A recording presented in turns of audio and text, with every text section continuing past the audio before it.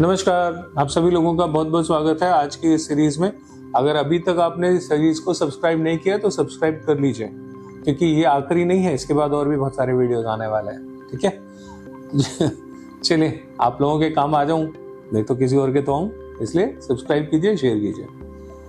बात करते हैं 12वें घर में सन की। 12वां घर दान का है, डिटैचमेंट का है, मोक्ष का है। यहाँ पे जो चीज आती है वो छूट जाती है।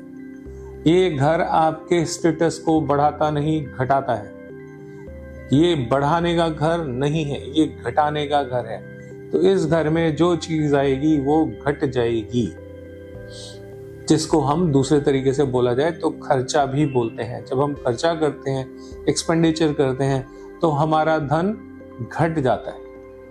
जब हम किसी को गिफ्ट देते हैं, चाहे वो बर्थडे पे हो, चाहे वो शादियों पे हो, चाहे वो कभी भी किसी भी इवेंट पे हो, जब हम देते हैं तो हमारा कुछ जाता है, तो हमसे कुछ भी छूटेगा, हमसे कुछ भी जाएगा, वो 12वां घर है।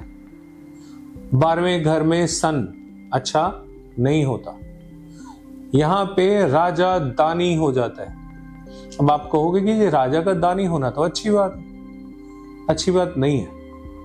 राजा लड़के झपट के कब्जा करने का प्लैनेट है, दान करने का प्लैनेट नहीं है। वो दान अपनी मर्जी से करे तो करे, अलग बात है, लेकिन जीत के बाद दान करता है। वो बिना जीत के वो दान भी नहीं करता।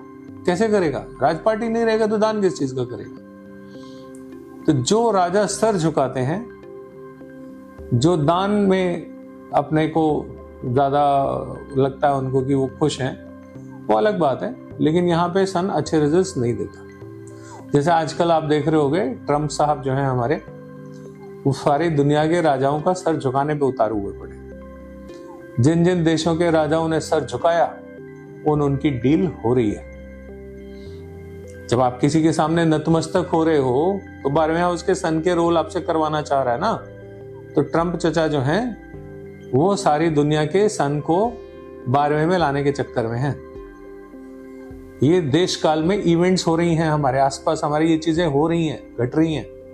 ज्योतिष की नजर से अगर देखना है तो थोड़ा रिलेटिविटी को पकड़ना पड़ेगा। आज के जमाने में सब जगह यही काम हो रहा है, सारे देश यही कर रहे हैं। चाइना नहीं झुक रहा, ओमान नहीं रहा, वो इनकाउंटर करता है, बार बार लड़ता है।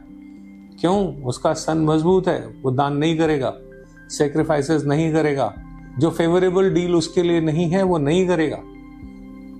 लेकिन जिन देशों को डील करनी है अपने नुकसान होने के बावजूद भी, उन देशों के राजाओं का सन खराब है। इसलिए 12वें का सन दानी हो जाता है, दान राजा को सुहाता नहीं, इसलिए अच्छा नहीं है।